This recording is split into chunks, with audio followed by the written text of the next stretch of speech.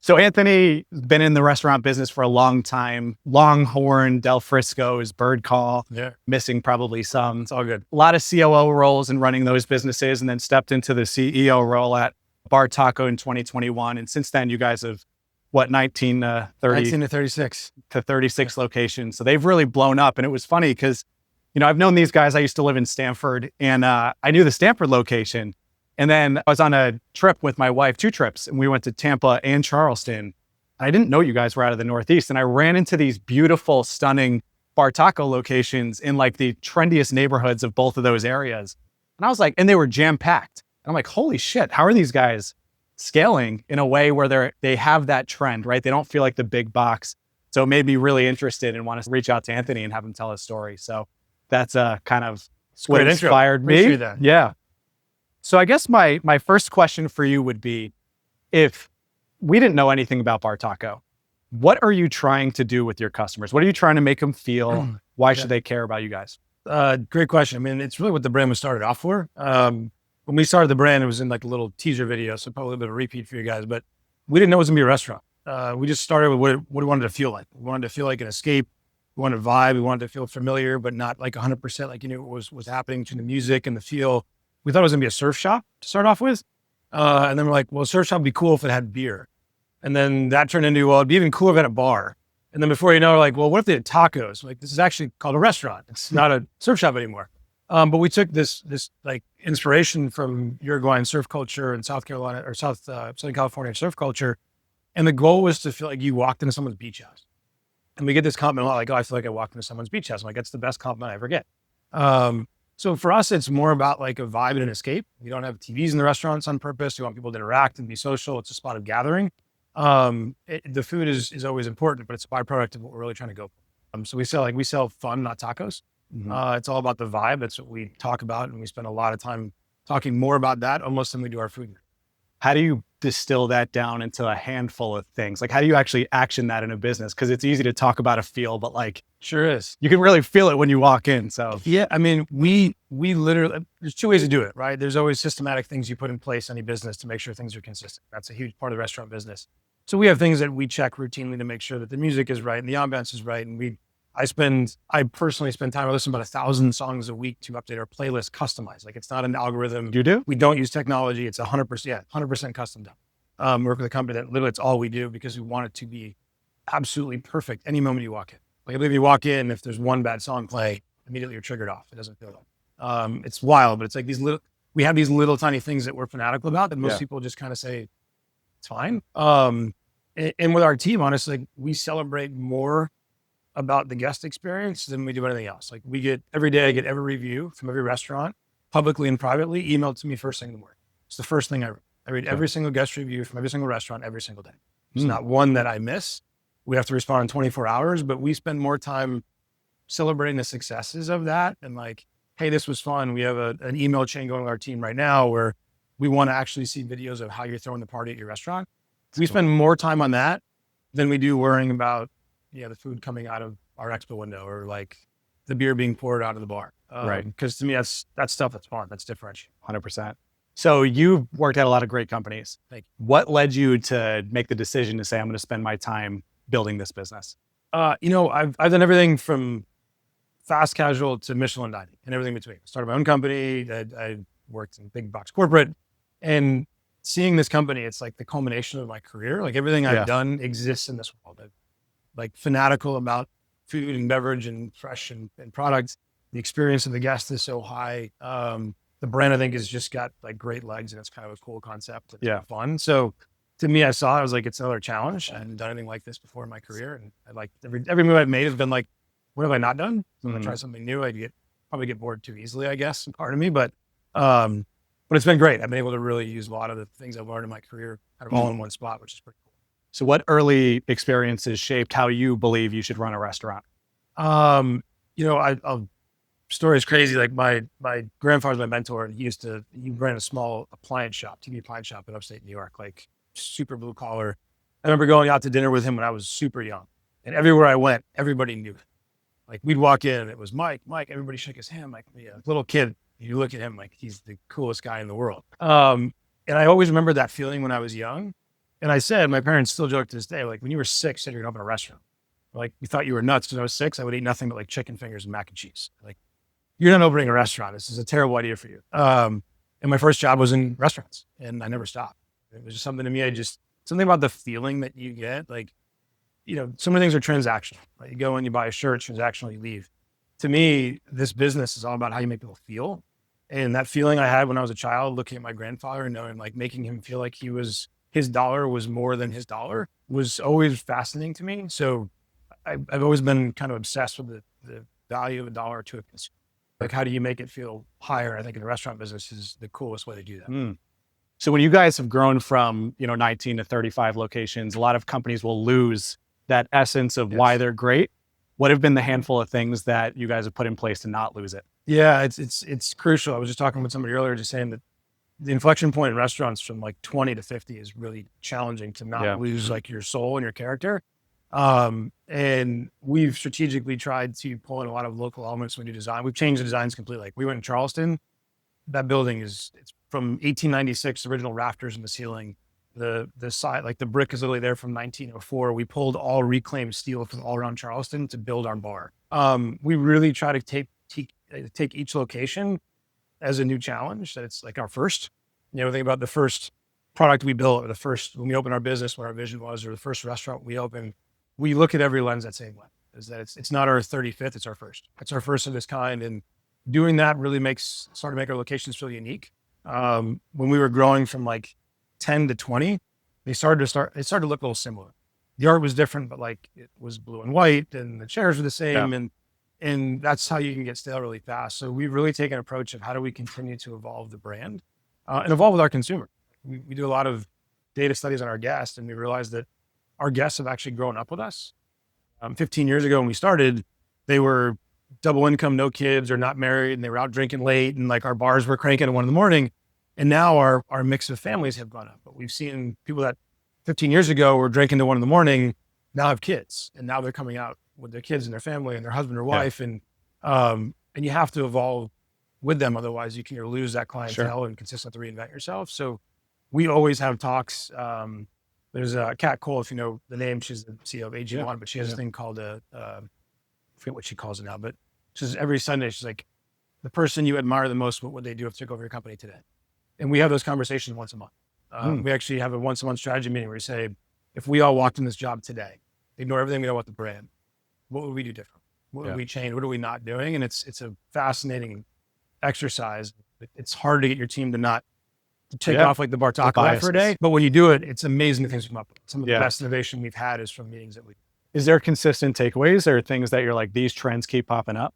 It's so like off the cuff. I mean, our industry, things change so fast. Like anything now with all the AI and tech and what we're dealing with, but sometimes it's consistent, but I like to kind of fail quick. I tell my team is like, if I haven't failed twice by the time somebody else has tried something once, then I failed. So I push my team, like, just go. Don't stop. If it's an idea, great. If it sucks, I don't care. I'd rather fail 10 times than not fail. So we tend to not see stuff that happens recurring because I don't want to wait. Yeah, totally. That's hard. That's a hard world to live in. 100%. So you mentioned AI and technology and what's going on in the world. How does that actually impact your business? How are you thinking about it? We've used it honestly a ton. Like one of the most fascinating things we found, we have a camera technology system. It was actually based out of Canada. They did banking technology to start, but they've been able to build artificial intelligence that allows me to secret shop my restaurants without actually being in them. They've allowed me to monitor security in terms of theft, in terms of actual property security. They're actually watching traffic patterns of consumers, or watching traffic patterns of my managers. Of are they engaging with guests? Are they engaging tables? That's fascinating. We've got AI that's working on us for like third-party delivery. Everybody knows Uber Eats and DoorDash, things like that.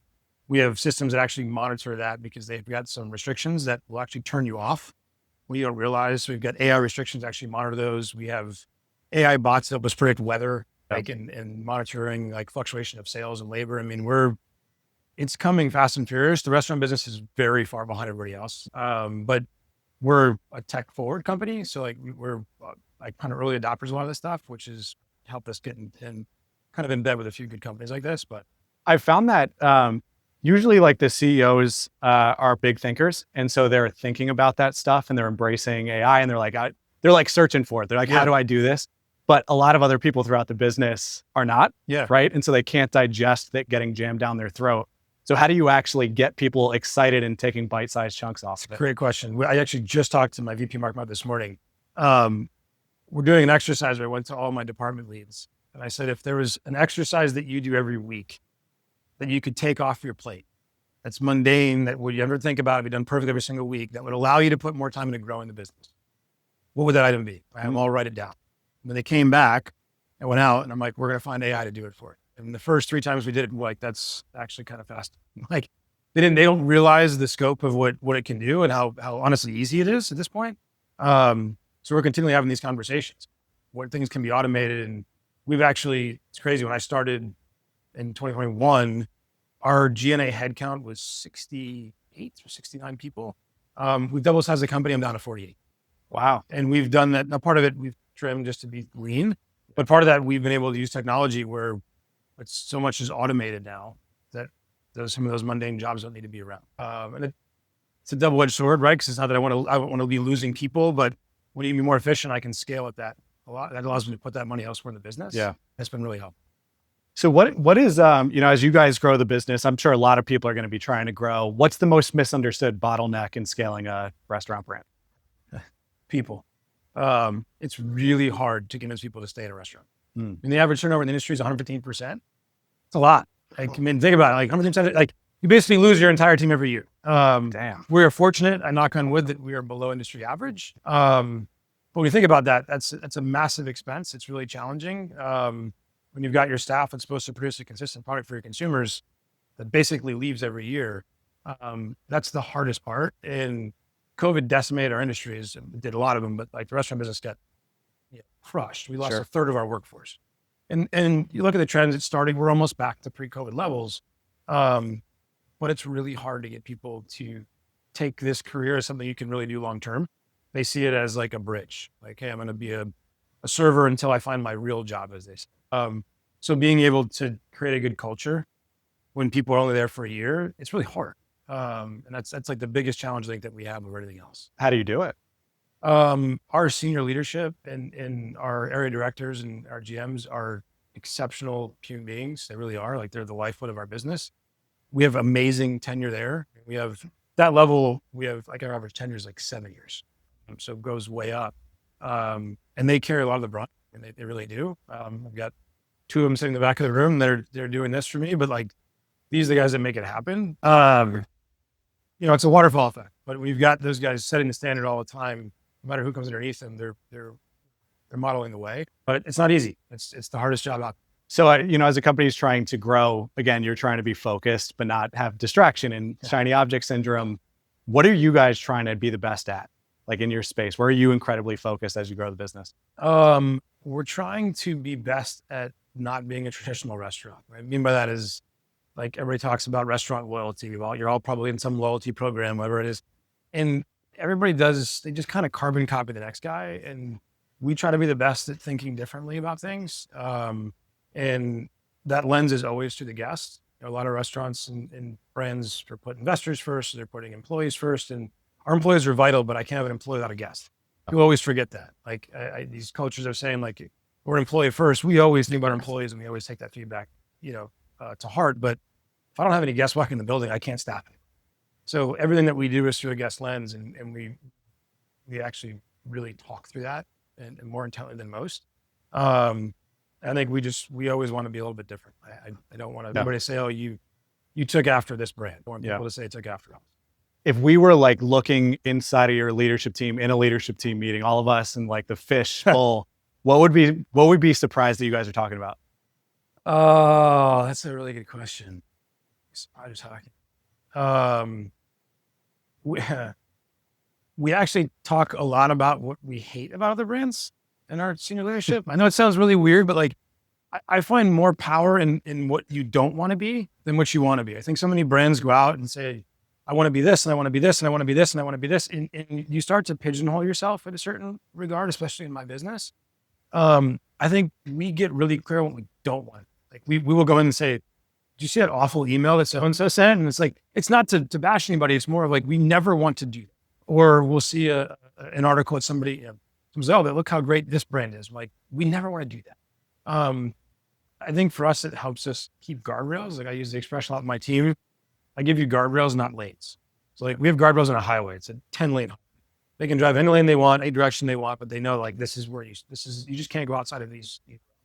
I think so many people shrink that down. Like you're on a 1-lane road, you're driving straight, you're on 10 and 2, and it limits creativity and innovation. I think we really push to try to say like, listen, you can go wherever you want, as fast as you want, as slow as you want, a lane you want, and direction you want, but just stay within our brand parameters. And it's helped us really ideate and think a little bit outside the box. So one of the things I noticed in your location, I don't know if you guys are still doing this. I don't think I ordered this way, was you are embracing QR codes. Are you guys still doing that or no? We are going away from that.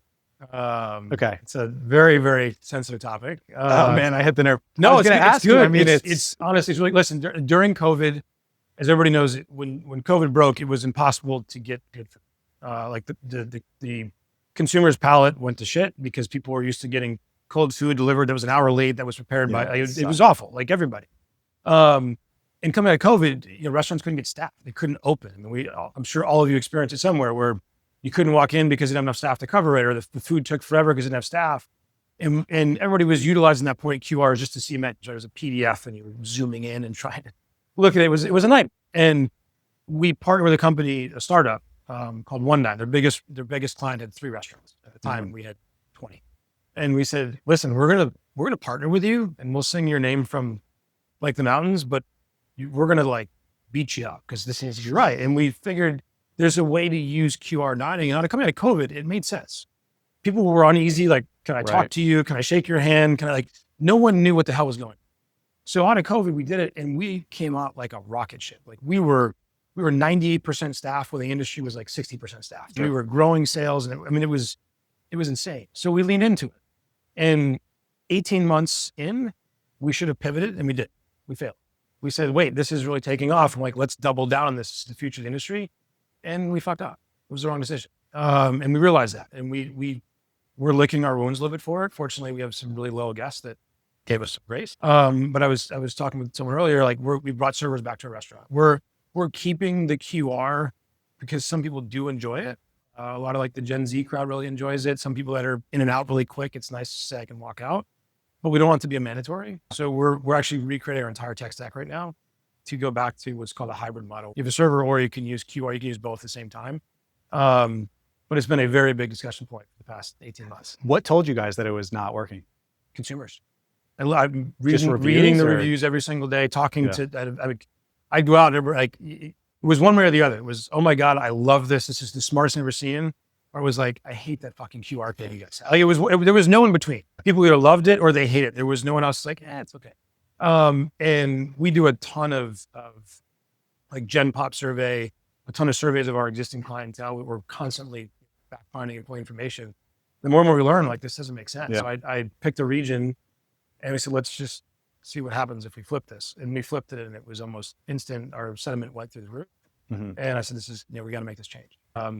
So we've fully made the change as of 2 months ago. We're changing the tech stack, which will take us another few months, but we made the change, and our sentiment is it's like a 4.74 to 5 as a brand. So like it was a very, very powerful change. So when I asked you that question, I sensed it was like what was it? People were hanging on to it. You had to debate it out. It was a hard, why is that such a painful question? We had one of our board members that was very insistent this was the future of the industry. And I think and I don't necessarily disagree, but I think there are times to be first to market, right? And lead the pack. And I think there are times to say, I don't need to be first to market. Like, it doesn't help my business, it doesn't help my team. And for us, it doesn't help our guests.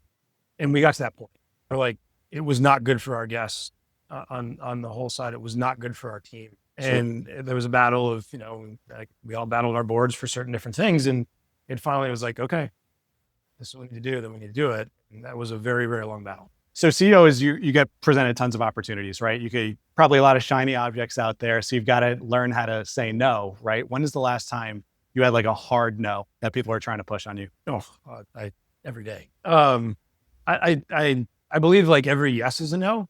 So we say no all the time, right? You say yes to something, you're saying no to something else arbitrarily. But like I mentioned earlier, my hard no's are always, if it doesn't enhance the guest experience, it's a hard.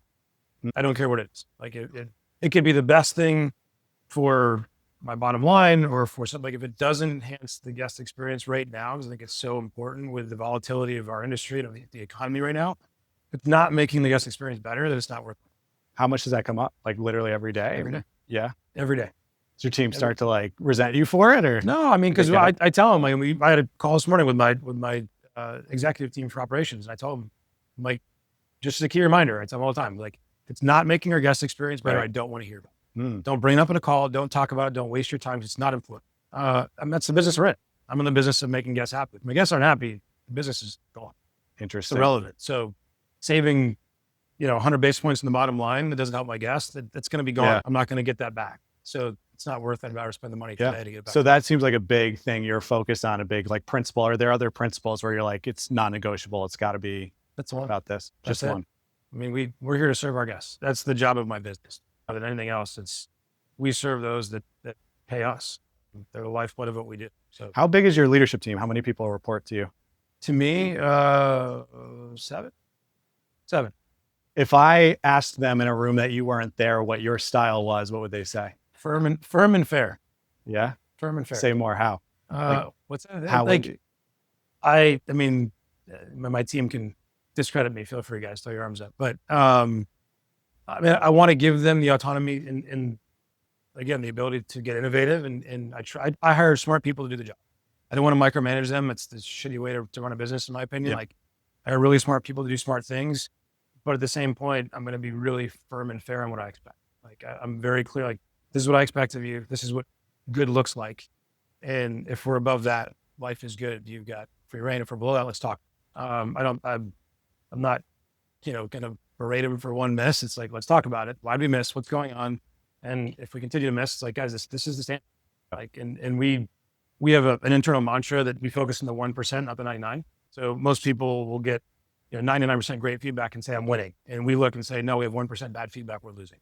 It's written in we call them touchstones. It's one of the things that we say is like, we're radically transparent and we're intolerant. And we're tolerating less than perfection. I feel like a lot of people can't live in that world though. I mean, that's They a can't. special individual. How do you find those type of people? What are you looking for? For me, it's like, what are the real life experiences they go through? I love athletes. There's something about an athlete in your gene, not that you had to compete like a collegiate level, but like someone that's played some sort of sport or something competitive. They tend to thrive in those kind of environments because they're used to that. But a lot of it's about experience, and we're upfront. Push my talent acquisition team. Like, I always joke, the last interview, you should be talking them out of a job.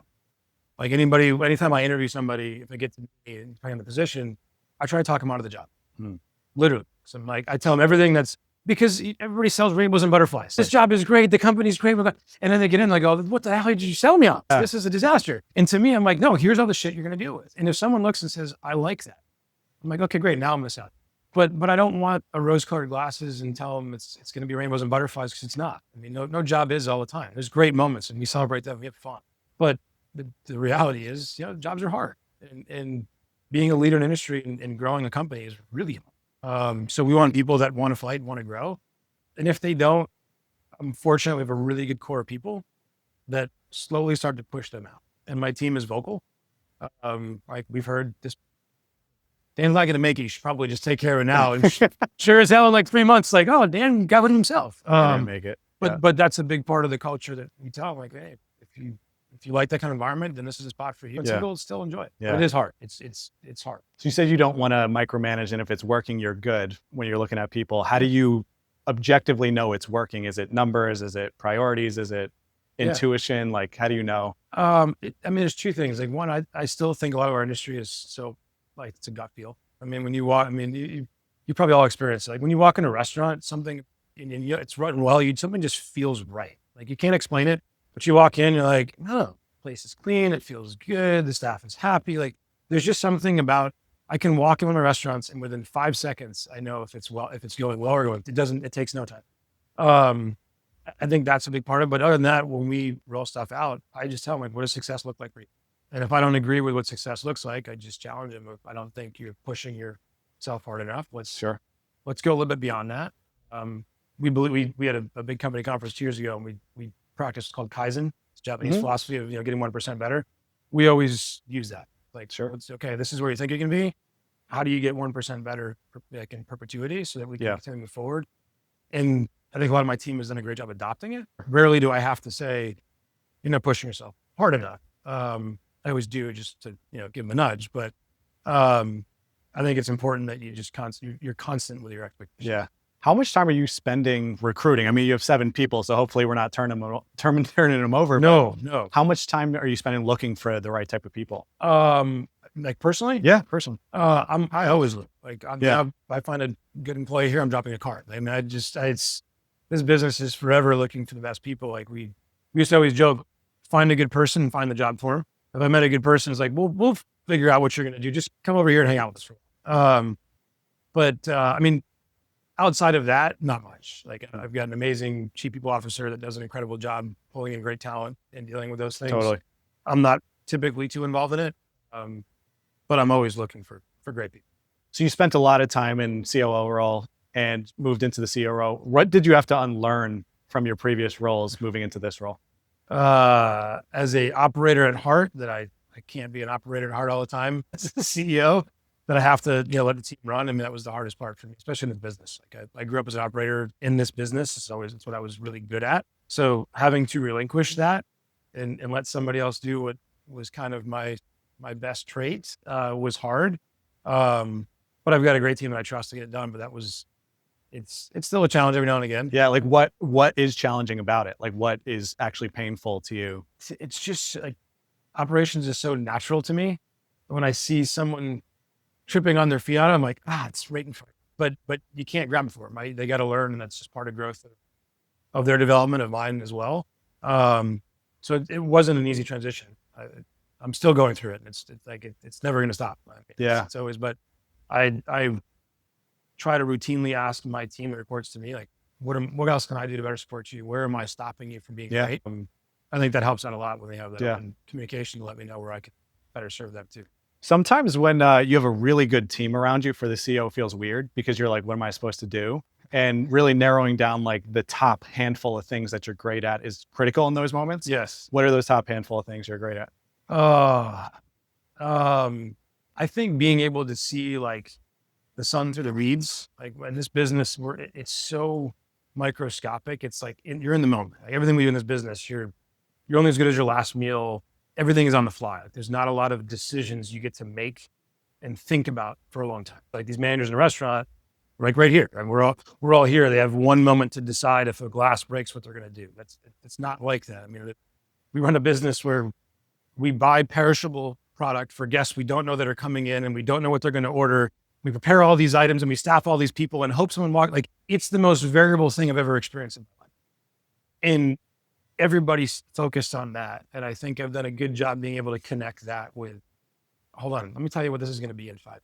And being able to let them know, like, with the small things you're doing daily actually connect to a greater good. At least like I think that's the case. I guess my team would be the real answer to that. But I think that's in this industry specifically, it's a really hard thing to balance. You're either caught really in today and you don't have a plan for tomorrow, or you're so far in the sky where like, you don't realize what's happening. Yeah. I can't get there yet. I can't see it. I think connecting those two things has been a superpower, I guess, that's helped me. Is there a way that you do connect it? Because I feel like if you're up jamming that down people's throats every week, every month, they're like, we need to execute. Yeah. But if you're not talking about that stuff, then the team isn't stretching themselves. Yeah. So how do you get people to see that bigger picture? What are you doing? I think the big thing is we did a lot of work with something called 5 Voices. So it's like Myers-Briggs, same thing. I spent a lot of time really understanding my team's makeup, like how they're wired. And I spent a lot of time understanding how I'm wired and how it comes off to them. Like I had an executive coach for 3 years that the only thing he was there for was to teach me how to teach others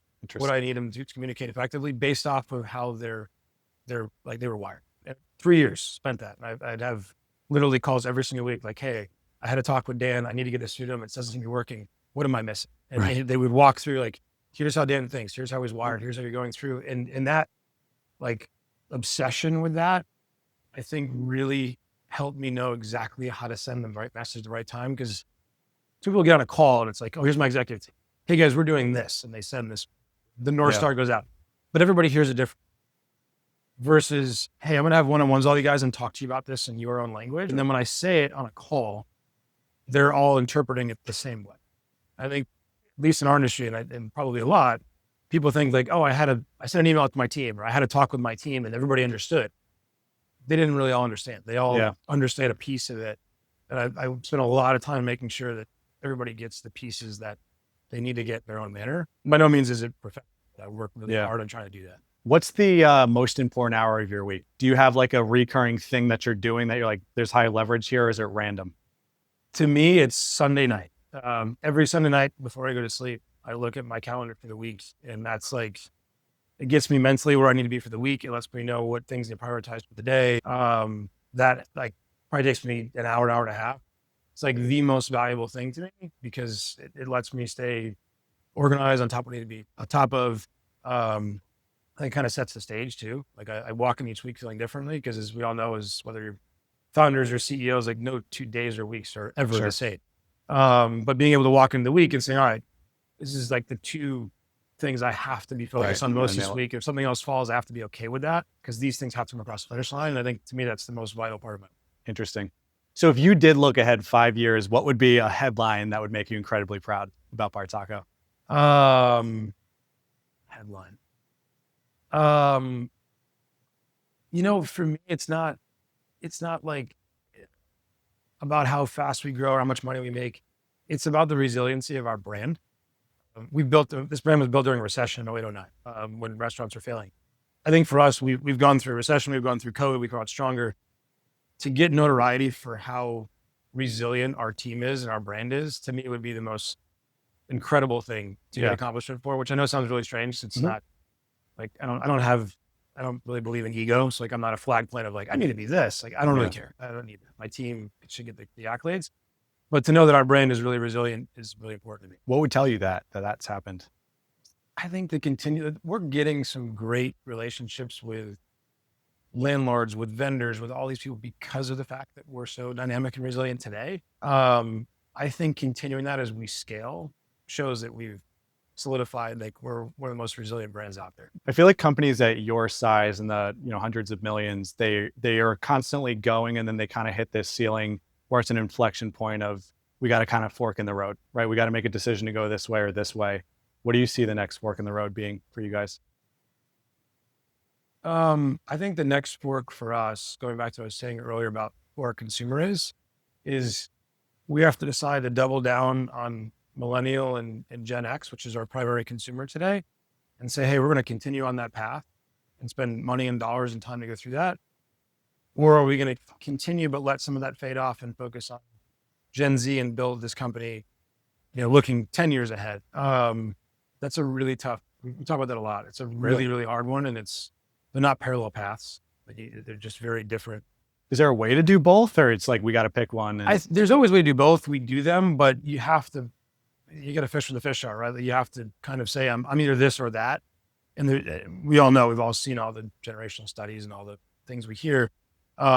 It's really hard to be everything to everybody. And too many people try to do that. And that's when you actually see things fall, because they don't realize, like, this is just who I am. And that's fine. It's the brand identity. It's what we all build for.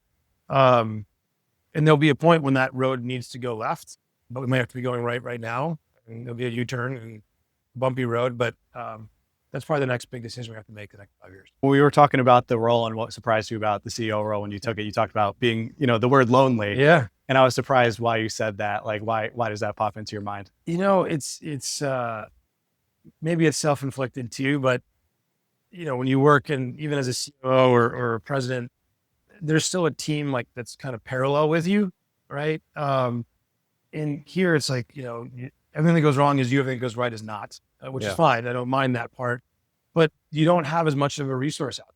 And a lot of people that I have as resources, they're indirectly competitors. So there's also, it's kind of challenging to call and say, oh, well, this guy owns a company like mine, but you can only really share so much. And a lot of the decisions that you're making, the decisions that come to us, as we all know, are the ones that no one else can make. That's when they come to the CEO. If they were easier, then they'd be made by somebody else. So the more and more I've gotten into it, the more and more, not like lonely in a bad way where it's like a state of depression, but you just realize, like, hey, the network of something like this is actually really powerful, because I've got a great forum group that I'm in a different organization, and no one's from the F&B space, but they've been so powerful to me when in those moments of like, God, I don't know who to call. I just don't know what to do right now. And being able to have that tight knit is really helpful, but that network starts to shrink, a lot more than it did even in years past. So it's also tough, to balance personal life because again, you're like probably thinking, what's the things that I'm not doing that I need to be doing right now? Because the buck stops with you. How do you balance personal life? I try to model it for my team because I believe that family, especially in our business, like work-life balance in our business it's a hot spot always because our managers are working 60, 70 hours a week. It's really hard. And they're not working Monday to Friday. They're working days when families are out doing stuff. So, as much as it's hard, I need to model the way for my team because if I don't do it, then they don't do it. So I try to make sure that my wife, who's a saint, is on board with my calendar and knows what's going on. But I've got to put my kids first always. So if it's work or kids, the kids always take precedent. And that means I got to work till 3 a.m. and crank out every single night. Then that's what I do. Is that what you do? Mostly. Yeah. So I've got like a block of time. Like if I work from home, which I travel almost every week, when I'm working from home, typically like 5:30 to 7:30, I'm offline. And my team knows. Like if something happens, I'll pick up the phone. But like I got 3 young kids, so to me, I'm having dinner with them. They're watching the show. They're going to sleep, or my wife's going to sleep. My wife goes to bed early, and she'll be down by like 8:30, and then from 8:30 until I need to go, I go. Like I don't sleep much. Not be like honest. I just don't need much sleep. Yeah. I don't drink coffee. Like I'm just a weird thing. But like I'll usually be online till midnight or 1 every day. I'm up like 5:36 in the morning, right at it again before my kids wake up. So I really work on the shoulder periods, and I actually don't mind. Like no one's bothering me after midnight. It's like it's quiet. I've got like quiet time to get caught up when I need to get caught up on. So it's never easy. Yeah. One last, and then I'll do this quick speed round. But like, was there something in your career when you're trying to develop as a leader that was incredibly helpful for you? Something you'd recommend to people in the room, of a coach or a book or a class or was there something that elevated for you? Yeah, the first time I got an executive coach, I will say it was life changing. I'd heard everybody talk about it. I'm like, I don't know, maybe, and they're not very cheap. And I've had an executive coach for I think 9 years now. And every 3 years I actually change them because I get too comfortable. It's more of a friendship, but it was literally like a game changer. Just having someone that's a complete non-bias, really working every single week was huge. And then at one point I had 3 different coaches for 3 different things. And they all were like pivotal in my success. So I think that was the biggest thing. Cool. All right, some quick Bartaco questions, then we could open it up. What's your favorite thing on the Bartaco menu? Mushroom taco. Easily? It's not no even questions close? asked. No, Cool. no questions asked. Vegetarian. Okay. What's your dream location? If you could get it right now, Ooh, you would open up. that's a really good one. My dream location right now, probably on the beach in Cape Cod. Like sand. Not like literally your feet are in the sand and Is it possible or no? possible. We actually had a pop-up opportunity that came up last year Dang. that didn't end up working out. That was on the beach in Cape. I was like, this is it. And it didn't come to fruition. I'll get there at some point. We'll find. Cool. All right, we'll open it up. If anyone's got some questions here for Anthony. We moved to questions, but it was really difficult to actually hear it come through on the audio. So I'm going to recite the questions here and we'll do it that way. So the first question was, what is the number one trait you're looking for when hiring people? It's hard to look for, but we use the term grit. Something about the industry kind of lends itself to it a lot. But someone that's just got that grit, that like belly fire, and ways they can give examples of it to us, that's huge. It's hard to find. And if it's not that, like, to me, there's something about being genuinely hospitable. Like you can meet someone and just say, I don't know who they are, but I want to have a beer with them. Like I always tell my team, like, I'm on the fence. I'm like, would you have a beer with them? No, I'm like, don't hire them. Yeah. I mean, we work in the restaurant business. If you're not going to go out for a beer with the person, they're probably not great for your team. So that's like the fallback, but it's, those two, I tend to think kind of prevail over everything else. Yeah. What do you got? The second question from the audience was, what's the most creative decision that somebody on your team made that sort of bent or broke the rules, but ultimately made a customer happy? That's a great question. I had a general manager. We have a store in King of Prussia, Pennsylvania, which is kind of a remote location for us. Like they don't get a lot of visibility. Yeah. It was actually a store we were going to close after COVID. Like this GM was like, thought our store was going to close. So God bless her for being creative, but she started custom making all of this like swag and giveaways and all these things that were not on brand at all. Like really terribly off brand. But all of a sudden we started seeing these comments about her and like, oh, they did this special thing for my kids. They did a special thing for my son for the birthday. And I started in the comments. I was like, what are you doing? She's like, let me show you. And I was like, dear God, like really cool idea. Let's hold on and get marketing involved in this. But the fact was she took it upon herself to say, I need to do what's right for our guests. And a lot of what she did now exists in our culture, just more, on brand. But I told her, I was like, I commend you for taking a shot. Because most people wouldn't have done that. And the fact that she was kind of remote probably helped her out. But we're trying to encourage more of that where we can, because those are the best ideas come from. We actually have a funny story. If you ever go in an order, we have flights of shots. If you ever go order one at the restaurant, on the side of it, there's 2 initials. We have an hourly employee in Stanford, funny enough, her name is Tess. And we used to carry them on a tray, and they used to fall over all the time. And no one ever said anything. And she used to carry these all the time and watch these shots fall over. So she came to me during an opening and she said, she's really nervous, she's young, sweet gal. She goes, I want to show you something I made. And she made this wood holder that holds the shot. She goes, I always knock them over. What do you think? And I'm like, this is the coolest thing ever. So we made them across the company and everyone has her initials in it. So her stamp is on every bar. So you ever go to Bartaco, cool. You have to order shots, ask them for it. And the side, you'll see TS and it's her logo, her initial on the side because it was her idea. Rick, you had a question?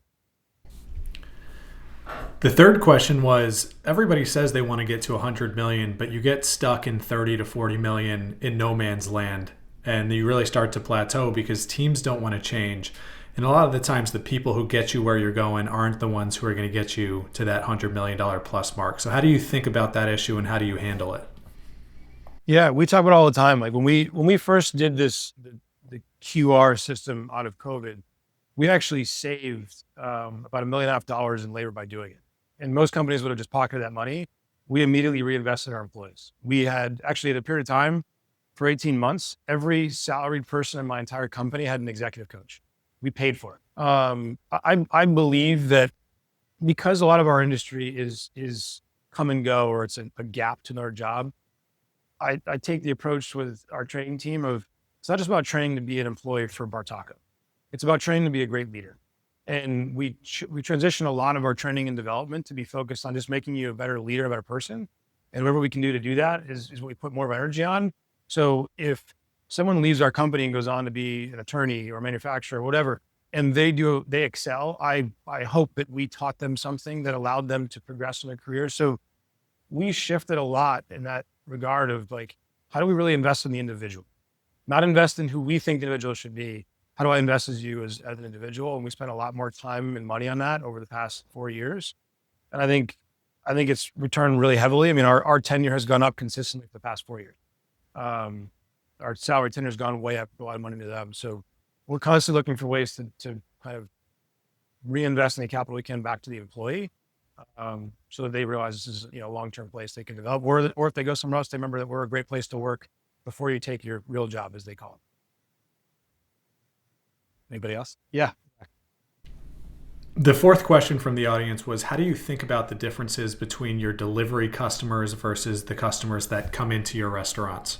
Yeah, delivery is obviously was a big thing many moons ago, and it's carried in, and the younger generation is actually doing a lot more of it. So it's here to stay. We didn't ever do delivery before COVID ever, because tacos just don't carry well to go. To me, the consumer inside the restaurant, the guest in the restaurant, is always more important. So our teams have the ability in the restaurant to at any point turn off delivery. We get notifications and my team jumps on them, but our brand is so built off the vibe and the experience that if you're not in the restaurant, you're only getting part of the experience. And honestly, you're getting subpar food because it's not fresh off the oven, and you're not getting the experience of the music and the energy and the environment and the cocktails. So I value the in-store consumer 10 times the one I value on delivery, but I'm not discounting the fact that there's still a value. It's 15% of my business, so it's enough.